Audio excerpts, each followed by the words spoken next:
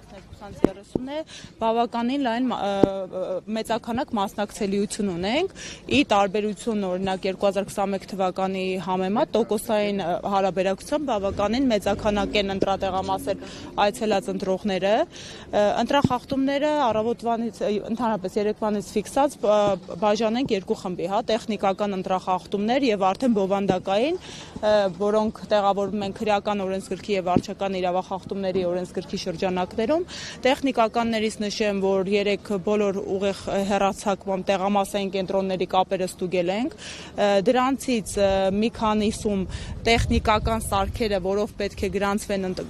ընտրողները չեն երևում, ինչի պարտականությունը տեղամասային կենտրոնը կահավորելիս ունի, տեխնիկական խուտան է այն հանգամանքը, որ մի շարք տեղամասային կենտրոններ բավականին փոքր տարածքում են գտնվում, տրամադրվել են անհամաչափ փոքր սենյակներ եւ անգամ միայն կազմակերպիչներ, անդամներ ընտրական գործընթացի, հանձնաժողովի անդամներ, վստահված անձինք դիտորդ արդեն այնքան նեղվածություն է դրսևորվում, որ խաթարվում է ընտրական իրավունք ունեցողի իրականացման հնարավորությունը։ Տեխնիկական խոտան է Սրանք առավել ընդգծվածներն էին, բովանդակային խնդիրներին անդրադառնանք, առավոտվանից առավել շատ ստացված դիտորդներիցս այն խնդիրն է շրջանառվում, որ տեղամասային կենտրոններում մարդկային կուտակումներ կան դրսի հատվածում։ Ընդգծենք, որ ցանկացած տեղամասային կենտրոնի 50 մետր շարավող տարածքում շարունակական որևէ անձ իրավունք չունի գտնվելու, որովհետև ակնհայտ որ ֆիքսել ենք դեպքեր լինում են ուղղորդողներ եւ կոնկրետ երկու տեղամասային կենտրոններում խոսքը 31/70 եւ 36/69-ի մասին է, դիմացը հենց անմիջապես տեղամասային կենտրոնի քաղաքացիական պայմանագիր կուսակցության շտաբ է հայտնաբերվել, ֆիքսել են մեր դիտորդները, որ քաղաքացիները մտնում են շտաբ, այնուհետև գալիս են տեղամասային կենտրոն կամ հակառակ ընտրական իրավունքը իրացնելուց հետո մտնում են շտաբ։ Բացի այդ կոնկրետ մարդիկ առավոտվանից այդ տեղամասային կենտրոնների միջակայքում են գտնվում, ինչի իրավունքը չունեն եւ եթե իրենց իրազեկում են եւ ինքնակամ չեն հեռանում, հետագայում ոստիկանությունը պետք է միջամտություն ցուցաբերի, ինչը տեղի չի ունեցել, ամենայն հավանականությամբ, եթե շարունակական բնույթ կրի, մենք հանցագործության մասին հաղորդումներ կներկայացնենք այս դեպքերով։ Ունեցել ենք դեպք, երբ ընտրական հանձնաժողովը թույլատրել է քվեարկելու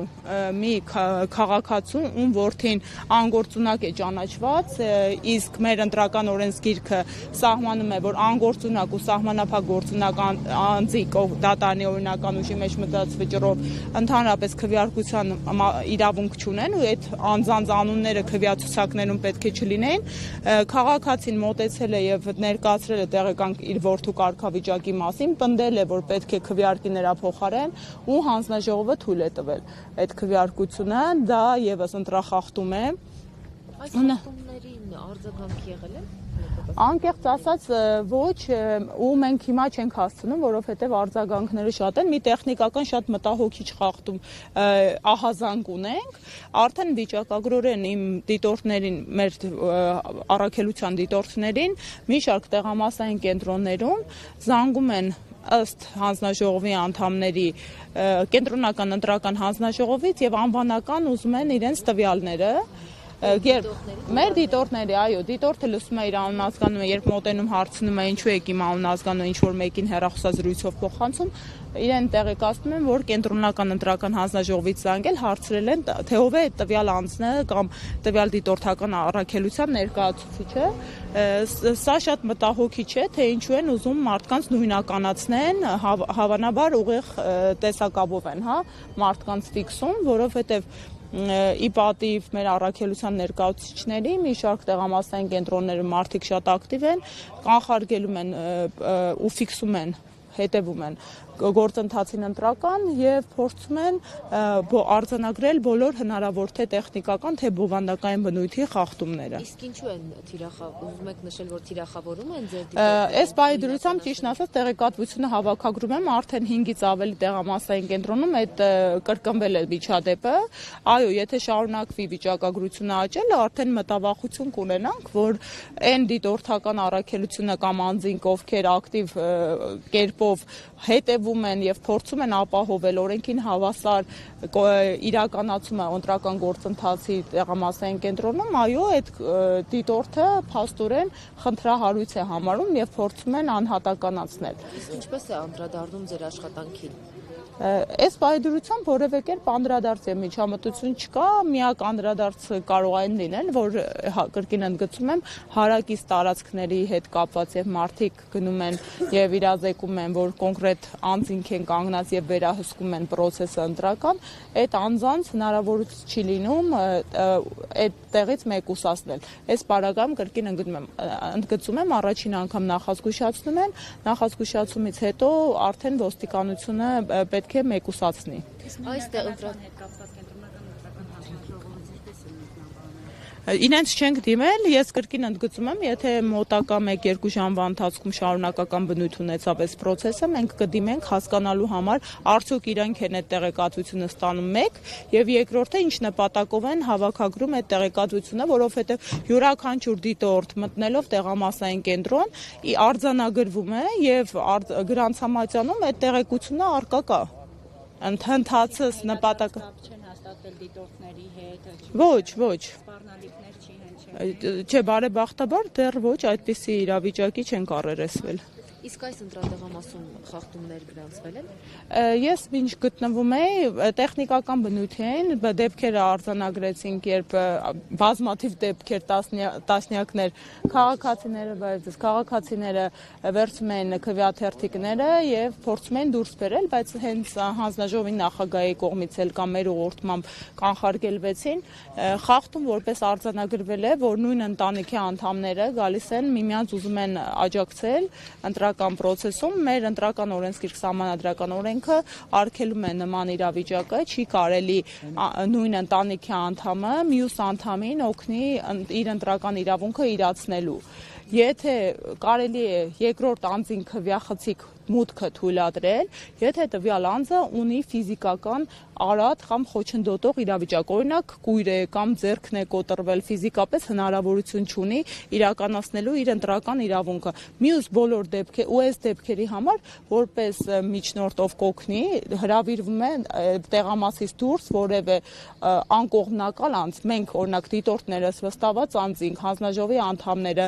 ներսում գտնվող ընտրողները իրավունք չունեն հանդես գալ որպես օգնող աջակցող մարդ եւ մի մարդը մեկ անգամից ավելի անգամ չի կարող տեղամասային կենտրոնում աջակցություն ցուցաբերել որևէ ընտրողի այդպիսի ֆիզիկական սահմանափակումներ ունեցել են դեպքեր արձանագրված, որ այո ընտանիքի անդամները մոտենում են միմյանց քվեախցի եւ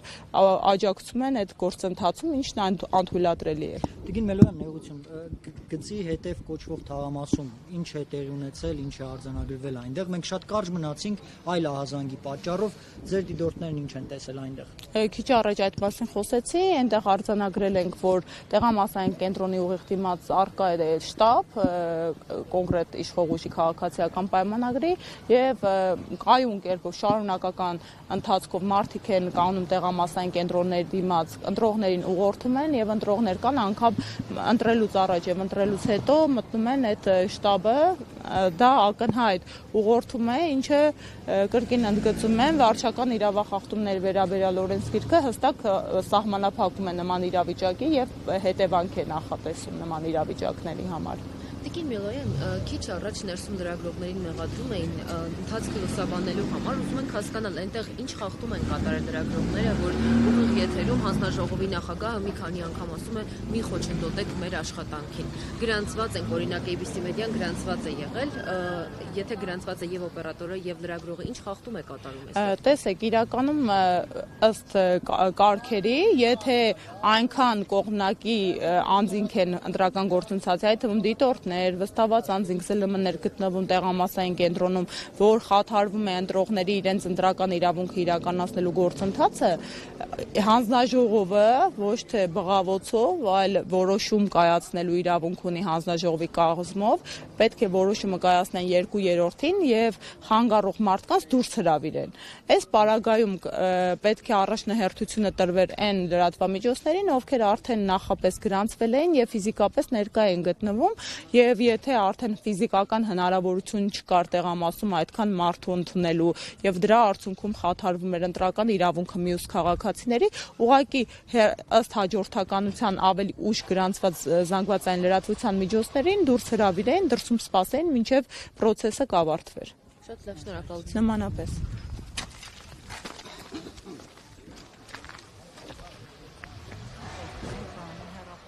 Հեսա գնում եմ, ունեմ